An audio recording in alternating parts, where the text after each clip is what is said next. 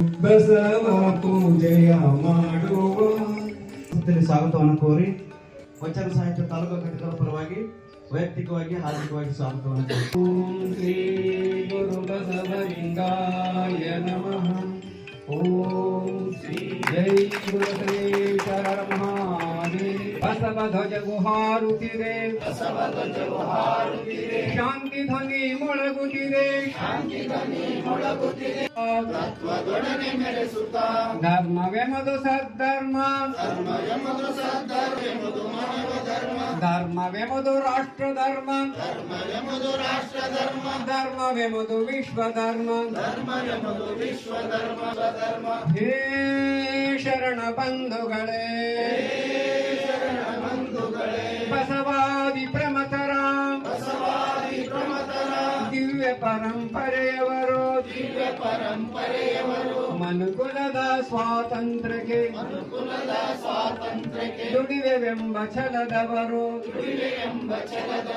ಭಾವ ಮೂಡಲಿ ಬಲ್ಲಿದ ಬಡವ, ಭೇದ ಭಾವ ತೊಲಗನ ಮಹಿಮೆಯ ಬಾಳುಳು ಎಲ್ಲರೂ ಸಲ್ಲಲಿ.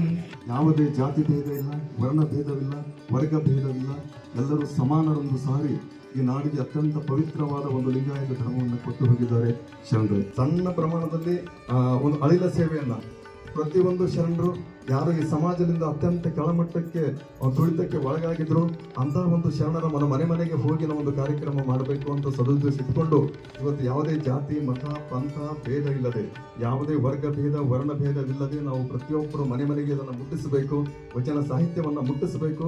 ಆ ಬಸವಣ್ಣನವರ ಒಂದು ಉಪದೇಶ ಆದೇಶ ತತ್ವವನ್ನ ಜನಮನಕ್ಕೆ ಮುಟ್ಟಬೇಕು ಅಂತ ಒಂದು ಸದುದ್ದೇಶ ಇಟ್ಕೊಂಡು ನಾವು ಪ್ರತಿ ಒಂದು ತಿಂಗಳು ಒಂದು ಕಾರ್ಯಕ್ರಮ ಹಮ್ಮಿಕೊಂಡಿದ್ದೇವೆ ಶರಣರೇ. ಇವತ್ತು ಕರ್ನಾಟಕ ವಚನ ಸಾಹಿತ್ಯ ಪರಿಷತ್ತಿನಿಂದ ಇಲ್ಲಿ ಯೋಗೇಶ್ ಮತ್ತು ಅವರ ಮನೆಯಲ್ಲಿ ಅವರೆಲ್ಲ ಬಂಧು ಬಾಂಧವರು ನಮ್ಮನ್ನೆಲ್ಲ ಆತ್ಮೀಯವಾಗಿ ಕರೆದು ಅವ್ರ ಮನೆಗೆ ಕರೆದು ಆ ಶಿವಯೋಗಿ ಸಿದ್ದರಾಮೇಶ್ವರರ ಜಯಂತಿಯನ್ನ ವೇದೋಕ್ತವಾಗಿ ನಾವು ಆಚರಣೆ ಮಾಡ್ತಾ ಇದ್ದೀವಿ. ಲಿಂಗ ದೇವನ ಘನ ತೇಜ. ಓಂ ಶ್ರೀ ಗುರು ಬಸವಲಿಂಗಾಯ ನಮಃ.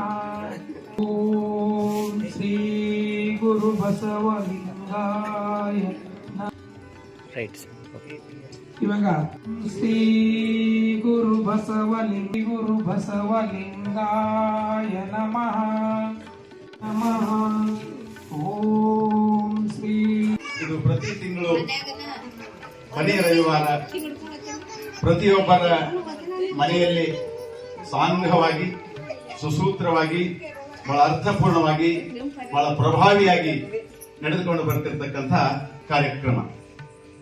ಪ್ರತಿಯೊಬ್ಬ ಶರಣರ ವಚನ ಚಿಂತನೆ, ಶರಣರ ವಚನ ಸಂದೇಶ, ಅವರ ಮೌಲ್ಯಗಳನ್ನ ಜನಮಾನಸಕ್ಕೆ ಮನೆ ಮನೆಗಳಿಗೆ ಒಂದು ಬಿತ್ತುವಂತಹ ಒಂದು ಪಾವನ ಕಾರ್ಯ, ಬಹಳ ಪವಿತ್ರ ಕಾರ್ಯ ನಮ್ಮ ಕರ್ನಾಟಕ ವಚನ ಸಾಹಿತ್ಯ ಪರಿಷತ್ತು ಮಾಡ್ತಾ ಬರ್ತಾ ಇದೆ. ಅವರಿಗೆ ಜ್ವರದ ಒಂದು ಚಪ್ಪಾಳೆ. ಸಂಪೂರ್ಣವಾಗಿ ಹಳೆಯಾಗಿ ಬಿಡಿಸಿ ಹೇಳಿದ್ದಾರೆ. ಅವ್ರು ಏನು ಹೇಳಿದ್ರು ಅಂದ್ರೆ, ನಮ್ಮಲ್ಲಿ ಇಡೀ ವಿಶ್ವದಲ್ಲಿ ಯಾವ ಗುಡಿಗೂ ಹೋಗದಂಗ ನಮ್ಮ ಧರ್ಮದಲ್ಲಿ ಬಸವಣ್ಣನವರು ಇಷ್ಟಲಿಂಗ ಕೊಟ್ಟಿದ್ದಾರೆ. ಆ ಇಷ್ಟಲಿಂಗ ಕೊಟ್ಟಿದಂತ ಯಾವ ಧರ್ಮದಲ್ಲೂ ಯಾರೂ ಸಂಘಟಿಕೊಂಬಲ್ಲ. ಆ ಇಷ್ಟಲಿಂಗ ಸಂಘಟಿಕೆ ಮಾಡುವಂತ ಒಂದೇ ಒಂದು ಧರ್ಮ ಅಂದ್ರೆ ನಮ್ಮ ಲಿಂಗಾಯತ ಧರ್ಮ ಒಂದೇ.